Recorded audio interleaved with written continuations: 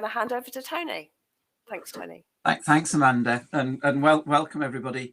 I'm aware that people are kind of continuously joining as we start. So I'll ask again as people come in and as people join. For those of you who've been here on the previous 2 days, it would be really interesting for me to know what you're carrying with you, what's still remaining with you that we talked about on those first 2 days. So Abigail has talked about children naturally making connections between everyday life and mathematics. In that first session, I think I was using the example of the way that Tate uses his mathematics to explore really important life questions for him, as well as just for counting and understanding the world in that way. And wondering if what happens is that when children start school, rather than carrying on seeing mathematics in that way, they get introduced to this new thing called school mathematics, and they don't make the same connections between this thing they've been introduced to called school mathematics and their real life. I do think they carry on making connections between mathematics and real life. Was there anything particularly from the inclusive classroom, Cynthia, that stayed with you? Now, I know Andrew pronounced your name. Was it Obra? Welcome back. Lovely to see you in again from southern Russia. And my apologies again for my uselessness in Cyrillic. So just a couple of minutes thinking about things that connect those sessions, because in a way, for me, the 3 sessions do connect together in terms of a view of what mathematics is, and in terms of a view of what teaching mathematics might be. And I think going through today's session, thinking about how that can be joyful, both for learners and for teachers, and how it can kind of enrich our well-being as well as our students' well-being. Great, that's interesting, Paula. It's really useful for presenters, for teachers. I mean, you'll know this from your own teaching, to get feedback from the people you're working with or from your students about kind of what the important bits of the lesson were for them. So I quite often ask this question, or I'll quite often finish sessions by asking the question.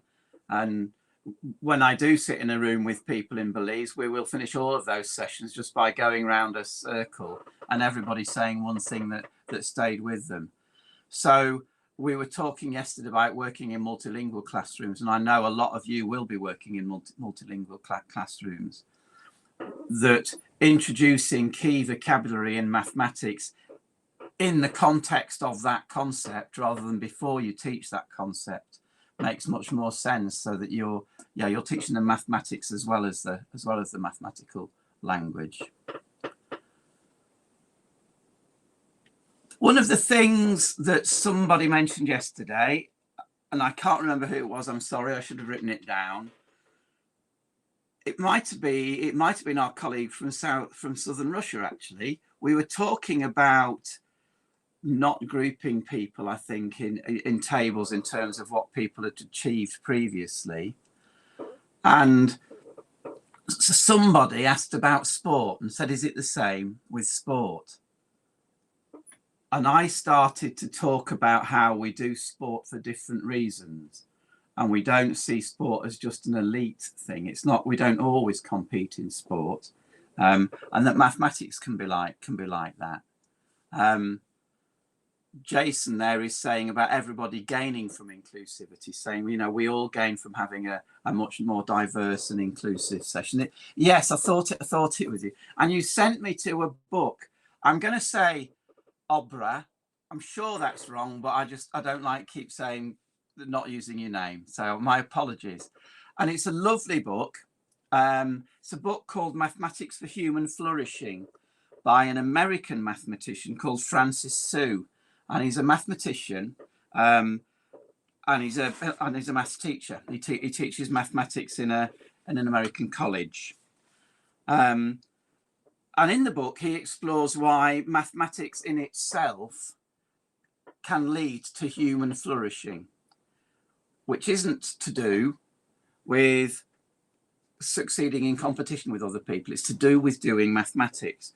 One of the amazing things about the book, or one of the things that I think is particularly powerful, is that it's also a conversation between Francis Sue and somebody called Christopher Jackson, who is currently in a prison in the States for life. He's got a life term. He was one. There was a rule brought into the States, I think probably about 15 years ago, and it was called 3 strikes and you're out, which meant if you were arrested or convicted of 3 misdemeanors, you ended up with a life term. And Christopher did. He was, well, as a young man, he was 18 when he went into jail.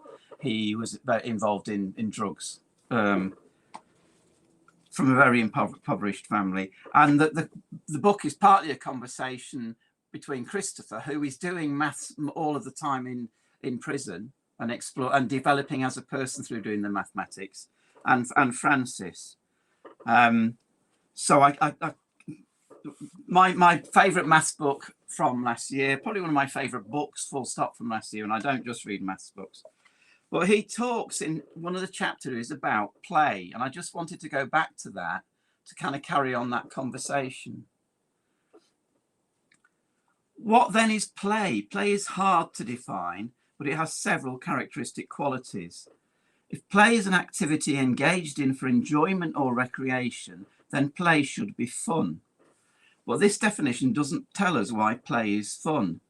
Babies love to play peekaboo, as he calls it. But why? So he's exploring why people seem to want to play naturally. And that might be playing sport, or it might be playing in other ways. Mathematics makes the mind its playground. Doing maths properly is engaging in a kind of play, having fun with ideas that emerge when you explore patterns, and cultivating wonder about how things work. Maths is not about memorizing procedures or formulas, or at least that's not where you start. It's the same in sports. In football, you wouldn't practice drills unless you wanted to play competitively, but you can start with an enjoyment of the game. And I thought that was interesting, thinking about how an alternative view maybe of how we might start off thinking about mathematics. Thinking about playing music. I play a bit of piano. I'm not very good at piano, but I play piano for enjoyment. You see, there I am placing myself in competition. I suppose I can play the piano. And I like playing the piano for myself when the grandchildren are around, because they will come and join in. If they become interested in the piano and start wanting to learn the piano, that might be the stage at which they want to learn their scales, or they want to practice in that sort of sense because they want to get better. And that's their choice, because they're wanting to get better at something. Whereas sometimes we introduce mathematics through drills and practice, rather than thinking, okay, that might come a bit later when we've convinced people that mathematics is something really interesting they want to learn.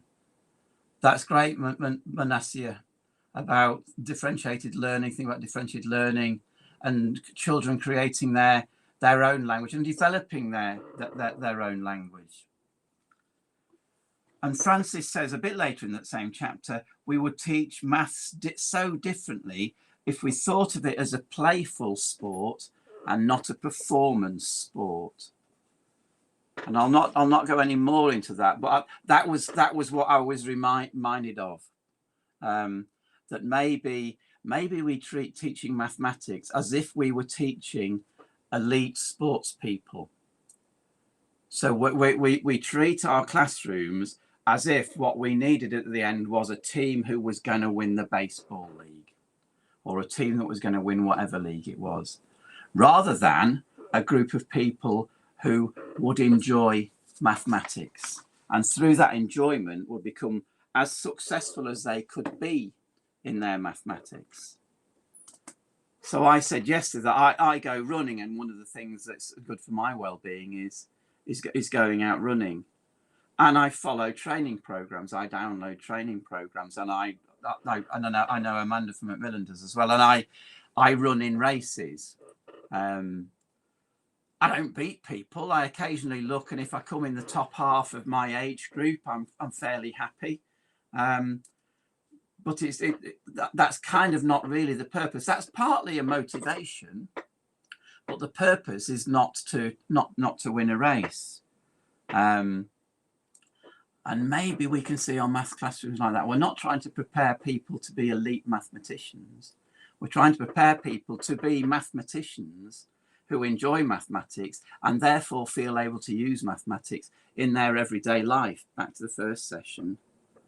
And if we see maths in that way, it suddenly does become something that everyone can do, which is back to yesterday.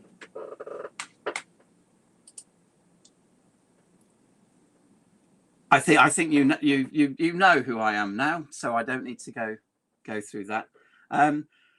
What I will do is talk a little bit about the background to this session. So it's a version of a session that I was first asked to do, I think, towards the end of most schools being locked down. I realise that's been different in different countries, and if there's anybody working in China, there's still various lockdowns going on. In Belize, you're only just back into the classroom, really, aren't you? And it was around well-being, and so I started looking at the issues around well-being, and as I was looking at that, the international comparisons in terms of success in mathematics came through the PISA study. And I guess you'll all be aware of that because all of the countries that you're teaching in took part in that PISA study. And I'm sure everybody in every school that's here were told by their government or by their media where they were on the table and whether they got better or whether they got worse.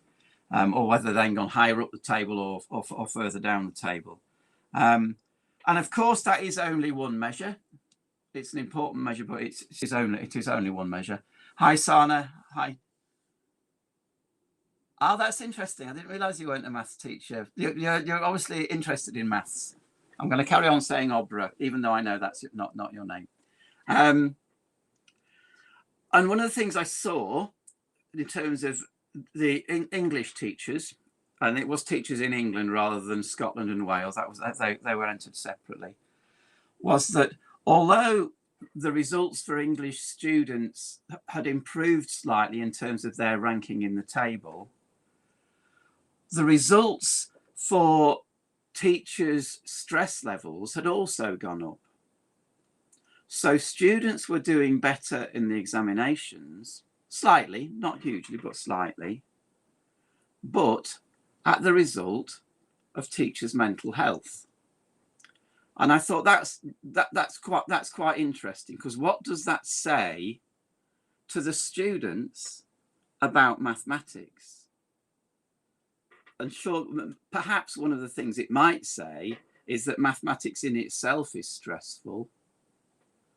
Trying to succeed in mathematics might be stressful. And it's certainly the opposite of seeing mathematics and mathematics teaching as something that leads to well-being. I did a week's worth of training in a school in Bonn, in Germany. And at the start of the week, we were having this sort of a conversation about mathematics. And one of the teachers asked me, how do you normally start a staff meeting? So when you've been head of maths or when you've been a head teacher, and my last job in universities in England, well, I was head of the School of Education there. And still when I'm chairing a meeting, so I chair, like I said earlier, the editorial board for mathematics teaching. The first activity, if you like, that we do as a group is I ask people what's new in their life and what's good in their life. And we go around and answer those questions. Well, you can imagine when I first did that as a head of school, and we were in an examination board, people thought it was a bit strange because it was seen that it was just a functional meeting. And my point was that unless we get to know each other as people, we won't operate as well. So that's something that I've always done since then. Now, one of the things that was fascinating for me, I was at one of the universities in Leeds, was I happened to be standing in a queue a couple of years after I'd started, and I was standing 4 people away from the chief librarian who used to come to our meetings, but I had no meetings with them apart from the formal meetings. And I heard them saying that they'd taken that on as a practice for themselves. And of course, I took it on because I'd seen somebody else do it. And it was actually a group of people who worked on inclusion. And the idea was that what you started to do was make connections with people at the very beginning of the meeting.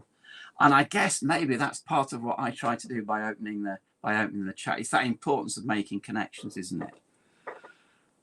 And the other thing I do, if it's a maths meeting in particular, and certainly when I was a head of maths in a school, is I would start by doing some mathematics together. And it wasn't mathematics we were going to teach. It was some mathematics that I thought would be interesting, or something that had cropped up, so that we developed our own mathematics together. And I was relating this to this group of teachers in the school in Bonn. And at the end of each of the days, I just gave them a little maths activity they might want to try at home, not for homework. They didn't have to do it, but that they might be interested in. And by the end of the week, 2 of them were actually going online and finding other mathematics that they wanted to do.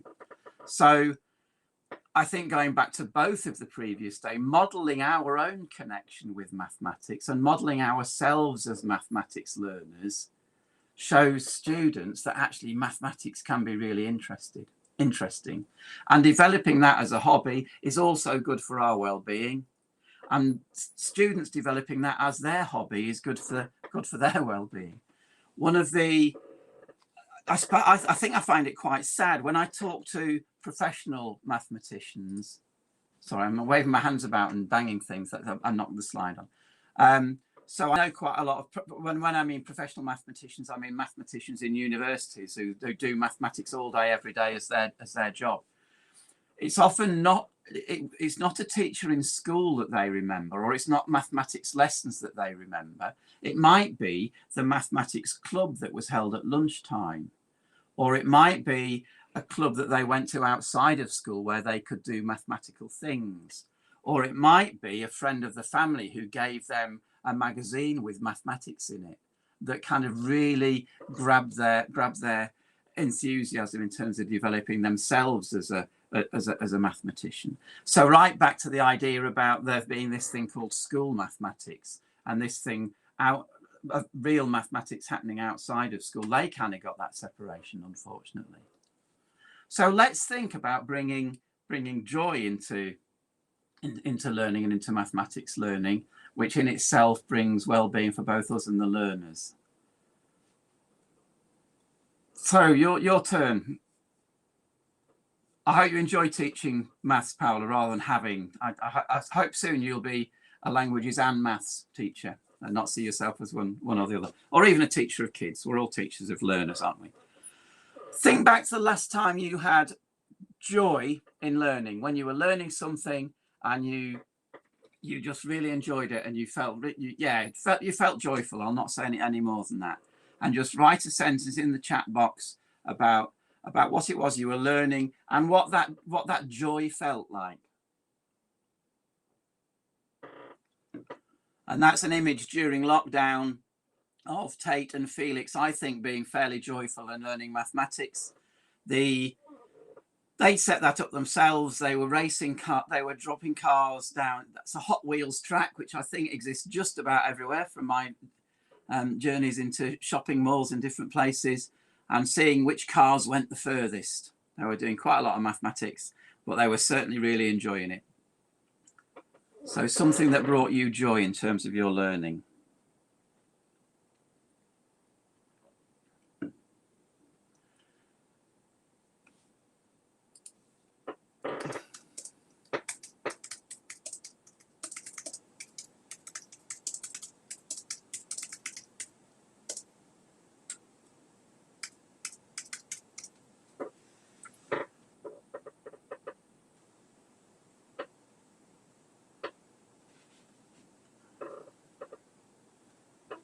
Hi, Kion and Granada.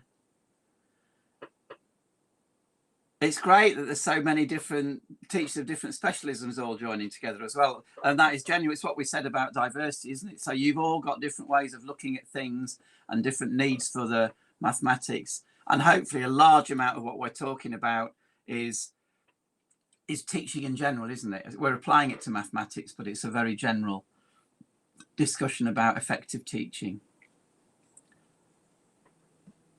So thinking about learning.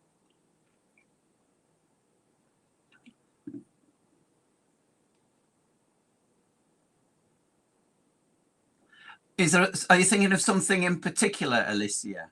Are you thinking of a game that you were playing when it did feel joyful? So I'm interested in your own learning, because we're all learning all of the time, and some of that brings us joy. Okay, that's great, Premiata.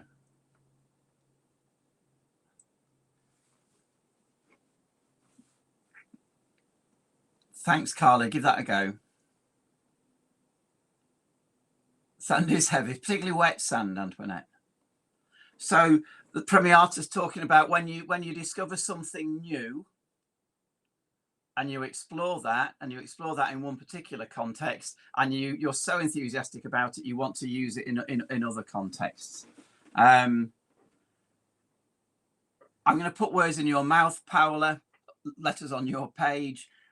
It might be something about learning something new. It might be something about sharing your learning with other people. There's something around playing games coming from Carle and Chow, and it being practical, that brings enjoyment, that the boys are being practical there. I guess Antoinette might be thinking of a particular time when she was amazed that sand was heavy, and so sometimes a joy comes through something surprising us, doesn't it?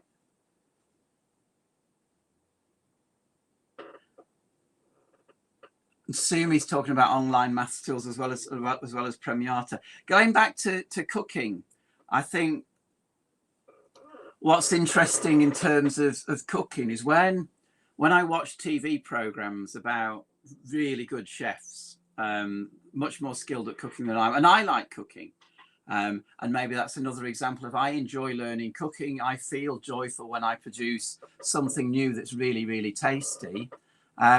And I don't worry so much if it doesn't work, because I know I can try again. I don't mind making mistakes. Yeah, that's great. So it is about making somebody else happy, and there is a joy in learning something on behalf of other people, isn't there? We learn a new skill and we know that we can share it. There's a joy in working together. There's a joy in that collaboration.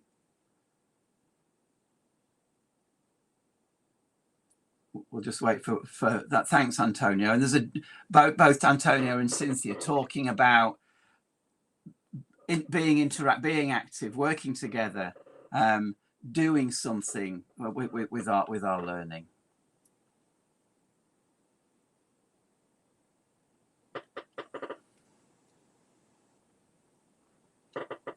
I have a joy when teaching mathematics, Kerrion.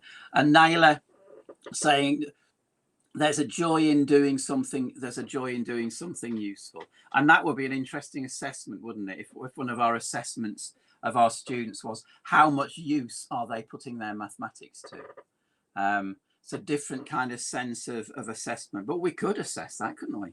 We could at the end of education say, okay, the measure of success of this education would be the extent to which our students are making use of their learning for their communities. Let's switch that thinking slightly. Think about yourselves as teachers, and some of the answers might be the same. When was the last time that you saw joy in your learners, and what had they been doing? So Cheryl is saying learning mathematics fills me with joy. Have you noticed your learners when they're learning mathematics being filled with joy? And what is it about the way that you're teaching that you think fills them with joy? Because it's good for our well-being. seeing our learners being joyful. I think it's good for our students' well-being, them seeing us being excited and joyful. And if I go back through those comments, Kerry talking about tests for starch and carbohydrates, Sunita about enjoying to learn quick ways of doing maths, playing games. Maybe when our students play games, we can see them being joyful, and that's good for their well-being. Being practical, that's good for their well-being. Working with others to solve their problems, clearly good for their well-being. Being creative, discovering. Cynthia talking about her students working in groups, searching for solutions. And actually, there can be, I think in the very first session, I talked about the joy in working on the problem, not just finding the solution. Creating games, students creating games and showing you what they've invented, solving mathematical puzzles, working in groups. The aha moment, and we've all had those, and we all notice those in our students, don't we? We think, oh, I get it now, and there's a real sense of joy there. 3 different images. You've seen the one on the right hand side of the 3-dimensional shapes that Felix made. We talked about that on Monday, and the joy that he had in creating. You've all said creating. In describing his creation, and in the fantasy story he built around those shapes. There was a genuine joy and excitement in talking about those. And it was about mathematics. He was developing his mathematical language, and he was thinking about 3D shapes. On the left-hand side, I think I said again on Monday about my last trip before lockdown, being to Jaipur in India. And that's the largest sundial in the world. And you can see a sundial shape there. You can see the curve along the bottom if you look carefully, and the large right-angled triangle. An ancient sundial, and there's all sorts of other astronomical devices all around the site. And I was just blown away by it. So I was certainly excited by what I was seeing and enjoyed the visit, and also enjoyed thinking about recreating that with all of my students when I got back. And then the middle piece of paper looks like a piece of fairly dull routine mathematics, doesn't it? And that was Felix, and I think he was 7 when he worked on that. And it was during lockdown, so I wasn't visiting. So we'd been talking about mathematics online, and he was using things called Cuisenaire rods. And they're little rods, and they're length of 1 or a length of 2 or a length of 3, and they're all different colors, length of 4 up to a length of 10. And we'd been studying different numbers, and rather than just doing number bonds, number pairs, if you like, which is one way of looking at numbers, we were trying to find as many different ways of finding numbers as possible, and we got as far as 19. And Felix was using his rods to find different ways of making 19. So you can see he starts off with 1 plus 9 plus 9. And he was experimenting. He knew what 19 looked like in terms of a length, and he was matching other rods up to that length. And then he splits his 9, doesn't he? He splits his 9 up into 3 plus 3 plus 3 and 3 plus 3 plus 3. And again, he did that practically by taking a single rod that's worth 9 and matching 3 rods that are worth 3 up to it. And we were talking about it, and then he said, well, I've got 6 lots of 3 rods, and the 3 rod is a yellow. He said, I've got 6 yellows and a white. And he wrote down 3 6s plus 1. And then you can see underneath he's written 2 plus 2 plus 4 plus 2 plus 2 plus 2 plus 2. And then he's realized he's got 6 lots of 2, So 6 2 rods, so I can write that plus 4 plus 3. So what he's doing there is he was actually inventing bracket notation. Now, I don't know where that came. I asked him where he'd seen that before, and he couldn't remember. I'm thinking he must have seen it somewhere before. Maybe somebody, an older person, an older child at school or something. I don't know where he's seen that before. But I said, that's amazing, Felix. You'll probably not be doing that again until you're about 14. And that was an aha moment for him, and it was an excitement. We talked about embracing challenge, didn't we, as something that confident mathematicians do. And in that moment, he started to become, I think, a more confident mathematician, because he felt as though, I suppose, he was part of this community of mathematicians, and that he was skilled in it. And so there was a joy in that as well. So there's also a joy in creating what feels new to you. And I think sometimes it's really important for us not to take that joy away from students by intervening too early. There's a thing in the UK which is described as teacher lust. And it's not what you might think it is. It's when we intervene too early. It's tempting, isn't it? And I get tempted all the time when I'm watching a student maybe struggling a little bit with something to help them and to help them move on, rather than sometimes just pausing for a minute and seeing what happens will allow more learning to happen. The ATM, the Association of Teachers of Maths, that I've talked about, one of the guiding principles is that a teacher's role is to unleash the power of the learner. Find activities that can unleash the power of the learner. And sometimes that means not interrupting too soon. Maybe finding the right open question to ask that will show that they're supported, but not just telling the answer. So yeah, so sometimes a thing to catch yourself doing is, the next time you're going to intervene, just stop and maybe just count to 20 and see what happens. And something interesting might happen. The other thing I often tell people to do is try at least once every lesson, just to take a minute or two, standing somewhere unobtrusive so that the students don't really know where you are, and just observe what's going on in the classroom. Just observe the relationships between the students. Just observe how they're talking to each other. Try and listen into the sorts of conversations that they're having, because that will give you really useful information as a teacher. So, well-being. This is one definition of well-being. So, well-being is about taking care of our bodies, about taking care of our minds, about taking care of our relationships, and about taking care of ourselves within the worlds that we operate in. Because we're not just solitary beings. From yesterday, we're social beings. Humans are social beings who exist through relationships with each other and in connection with each other. And I think often that's not seen as compatible to teaching mathematics.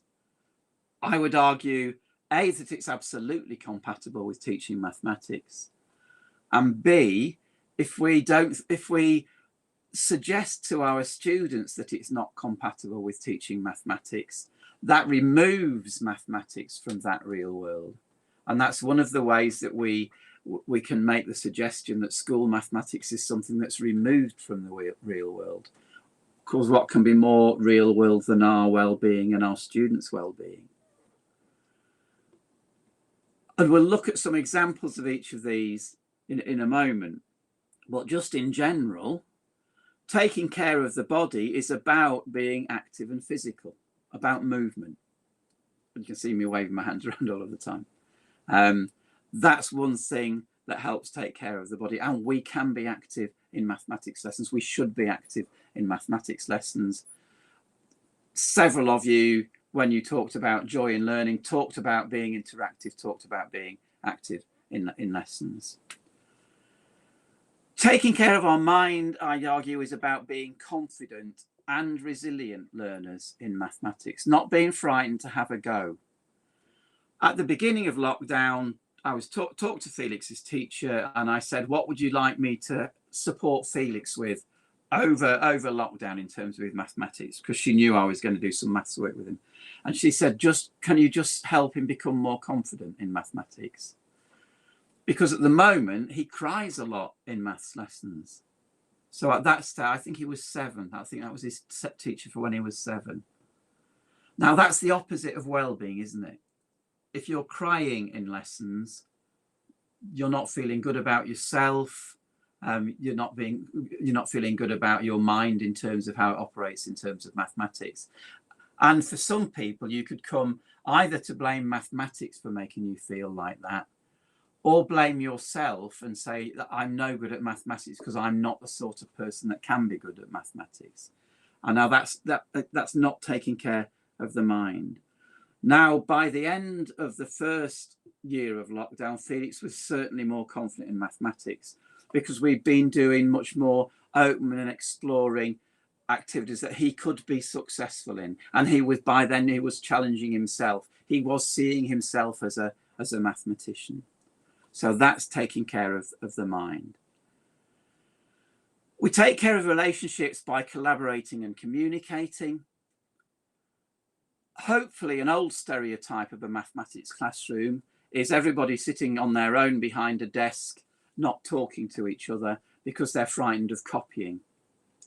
I quite often do an activity in sessions that I'm doing with teachers or with students, and I'll set them some kind of activity, and I'll not say anything. And unless I actually encourage group work, quite often what people will do, particularly teachers who maybe went through a different system than their students, is they'll put their arm around their paper before they start trying to work something out. And when I point this out, they kind of, oh, sorry. But that's been the first thought about maths, is that it's something that's solitary and something that you don't want people to copy. And breaking down those barriers is about taking care of relationships. And then again, right back to the first one, taking care of yourself in the world is all around relating mathematics to your own experience and to your experience in the world. UNICEF did a large-scale study about 5 years ago around well-being and around well-being in education. In general, well-being is around having enough money to lead the good life. Doesn't mean you need lots of money, but it means you need enough money to feel secure, know that you're not going to be hungry, know that you're not going to be cold, know that you can look after people that you need to look after. People who succeed in mathematics in school, wherever we are in the world, tend to earn more money than people who aren't successful in mathematics. So there's a direct correlation there between mathematics and well-being. And then I've linked the other 4 to the previous slide. So well-being in general is about our health and our safety, which I'd suggest is about living and learning in a healthy and safe environment. And we know that for some children, the most safe and the most healthy environment might be our classroom. And that's all around taking care of the body. Yesterday, we were talking about equal access to education. And I think that links to the idea of taking care of the mind. Understanding how our behaviour impacts on our health and safety. So our behaviour in the world and the risks that we take is about taking care of yourself and the world from the previous slide. And the other general facet of well-being is housing and environment, the sorts of housing we live in, the sort of environment we live in. And I've suggested having space to play and learn in school is the school version of housing and environment.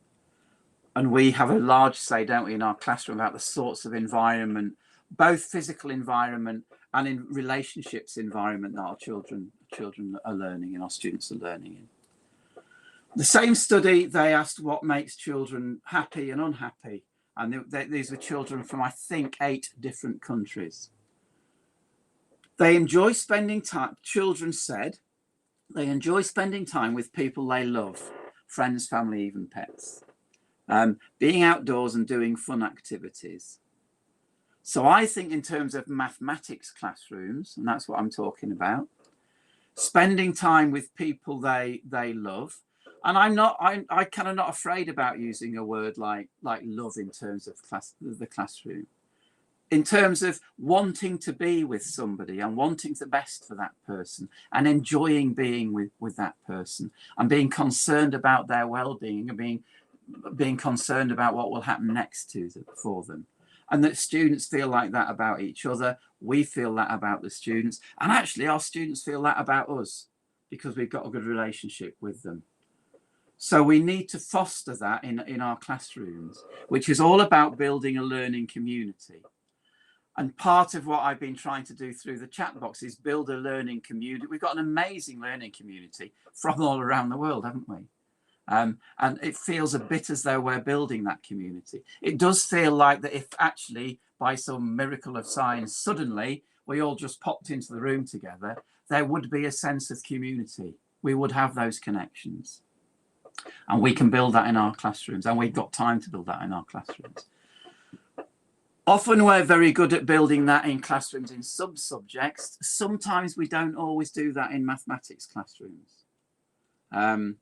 Because maybe we're too rushed. Maybe we feel we've got too much to get through. Maybe we feel as though the curriculum is a bit overloaded. But if we don't spend time on developing relationships in the mathematics classroom, it's another way that we signal that mathematics is somehow different from all of the other subjects. What makes children unhappy? Problems at home. We talked yesterday about finding out what the issues might be for people if there's something about their behaviour that's clashing with what we might expect. Fights with friends, being bullied, all of those things about developing relationships in the classroom. Being bored, being stuck indoors.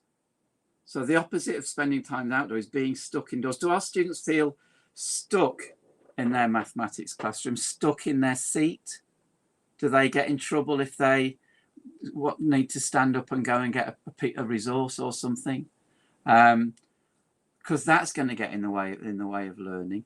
Being bored, one of the things that we didn't talk about yesterday, but I remember talking about with Andrew, was how often when I sometimes go into groups that are called special needs groups in schools, they're doing activities that are a bit like colouring in.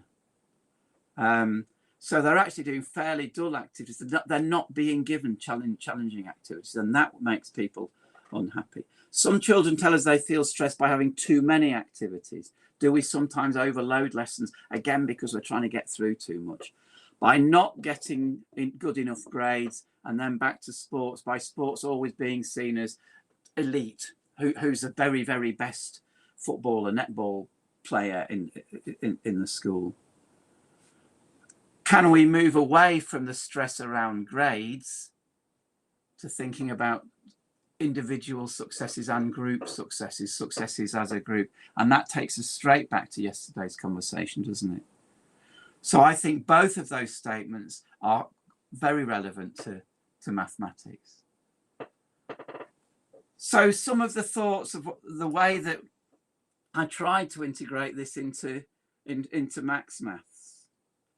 So it's all very well, isn't it, having these philosophies over the last 3 days, but I think what we've tried to do over the last 3 days is link that directly to things that you can do in the classroom. So taking care of the body, being out and about, going and finding shapes, and I think we talked about that on day one. I'll put my Ravati, thanks. I'll put my email in the chat underneath that question.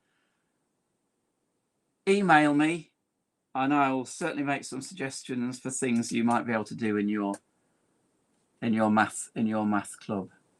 And my hope would be that they also become things that you do in your day-to-day teaching as well, because we shouldn't just save all the best things for math club. Slight aside, one of my best ever observations that I took away from when I was teaching mathematics, And I used to do lots of group work, and I used to do things that maybe, so this is back in the 80s, were seen as slightly unconventional, that children on the whole were sat around, just sat individually around tables.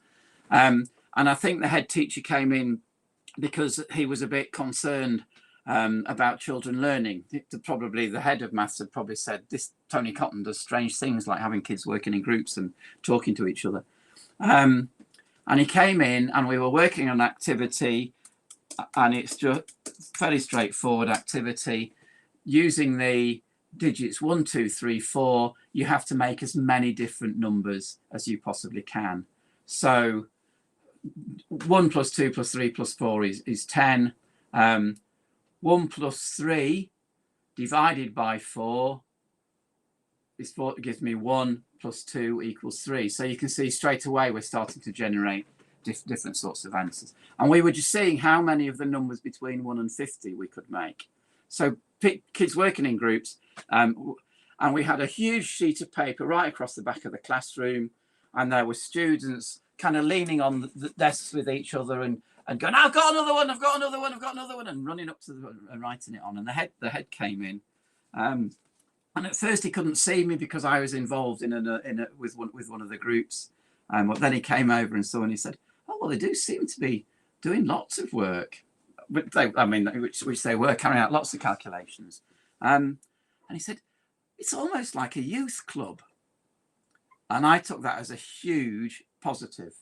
If the atmosphere in my mathematics lessons can be like a youth club, but doing lots of work, that's exactly what we're talking about, isn't it, in terms of well-being. So I think at that point that the head, who wasn't a mathematician, started to understand what I was talking about. I think on Monday I also talked about going outside with pieces of rope and the children all making different shapes using a rope. So I use a large piece of rope.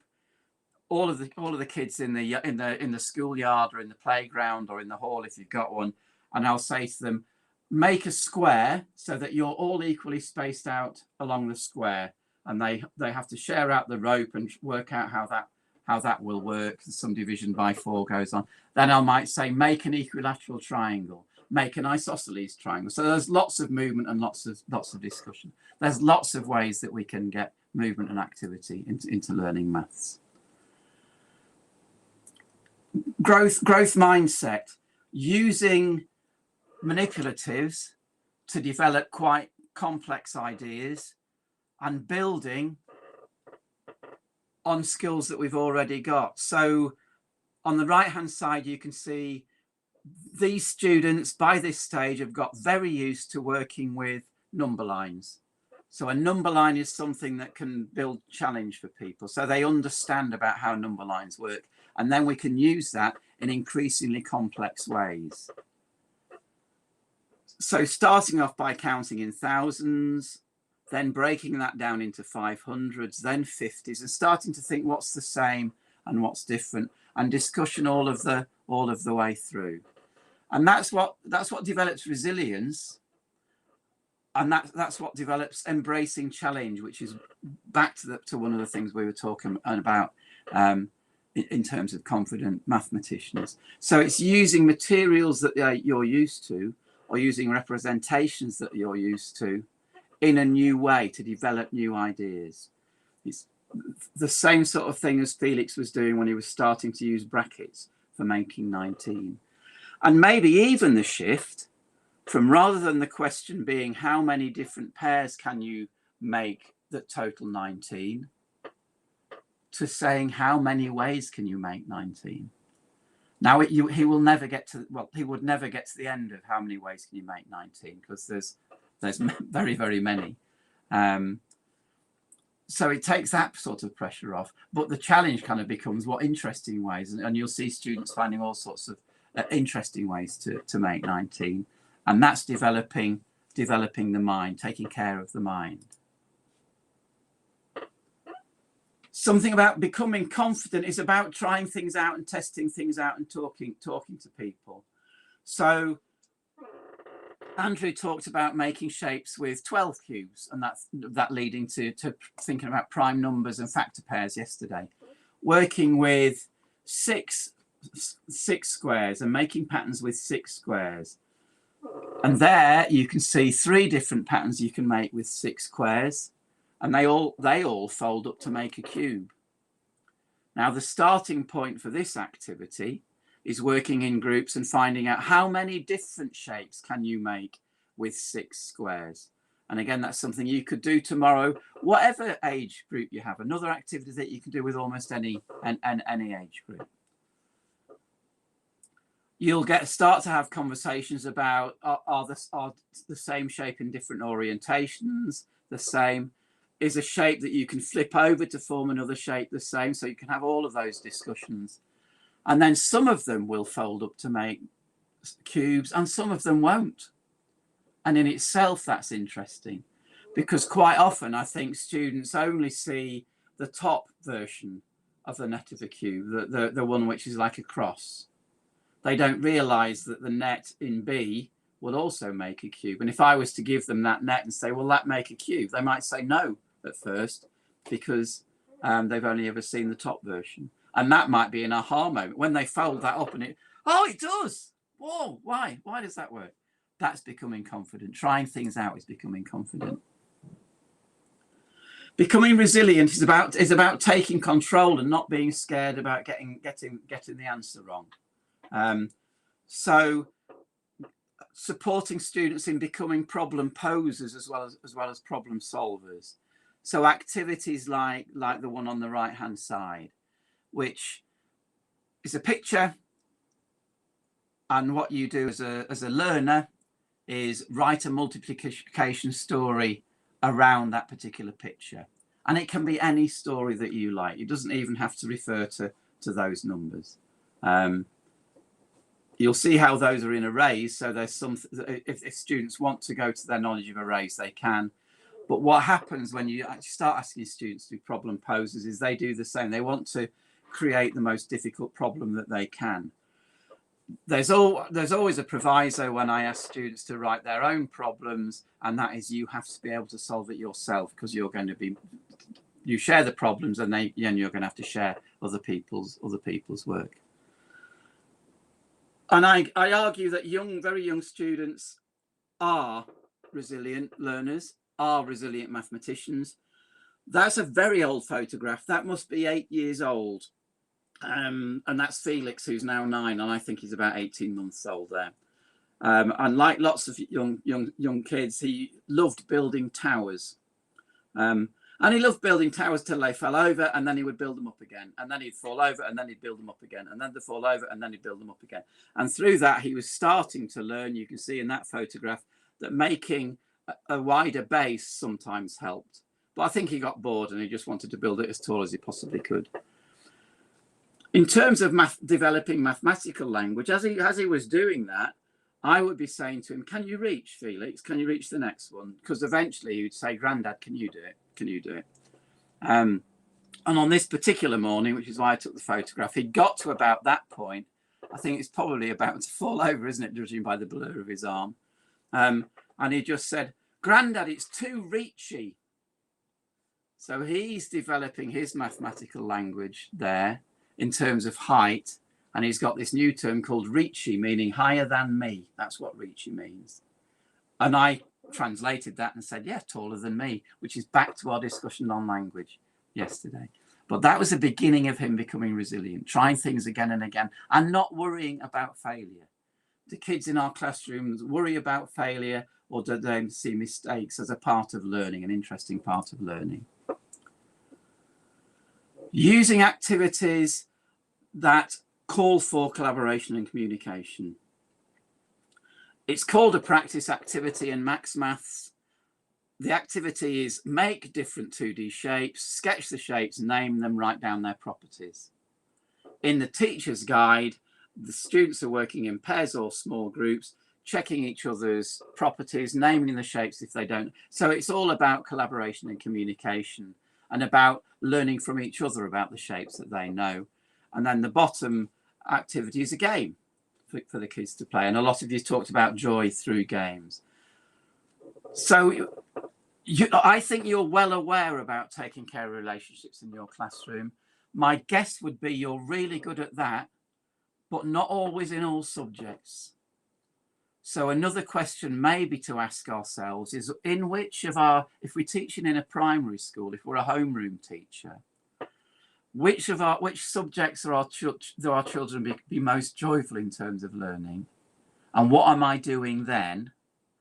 And why does that not happen in mathematics always? So I sometimes get called into schools because teachers are concerned about maybe one or two of their students.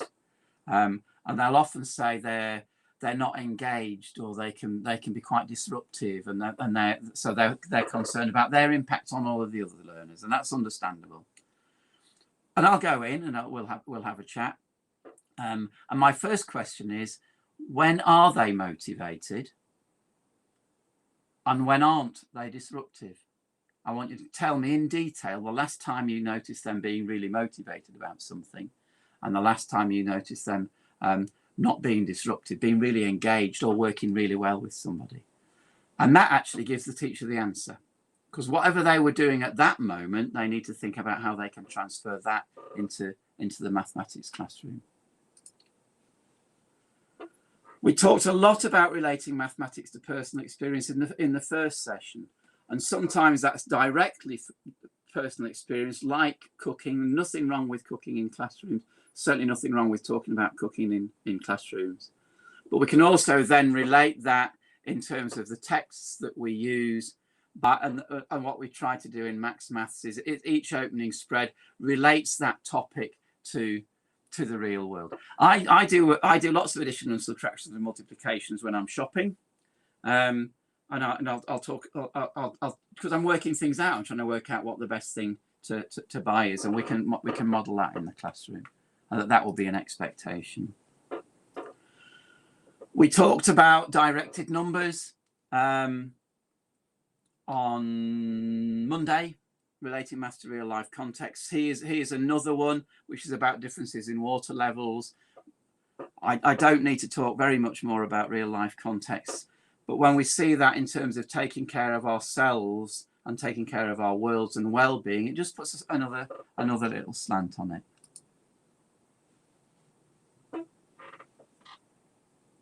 And there's the last. So you saw the first part of that, the bottom circle, the cars jumping into the sand, all sorts of learning about 2D shapes and modeling going on the right hand side, and being active.